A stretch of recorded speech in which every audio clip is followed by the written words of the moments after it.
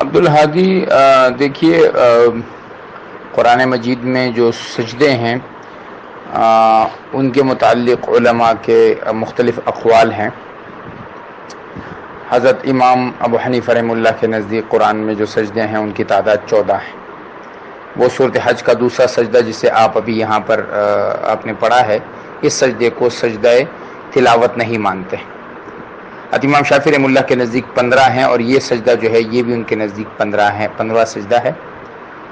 حضرت امام مالک رحمہ اللہ کے نزدیک سجدوں کی تعداد جو کہ قرآن مجید میں ہے وہ 11 ہے۔ ان کے نزدیک آخری 3 سجدے جو ہیں وہ سجدے تلاوت نہیں ہے،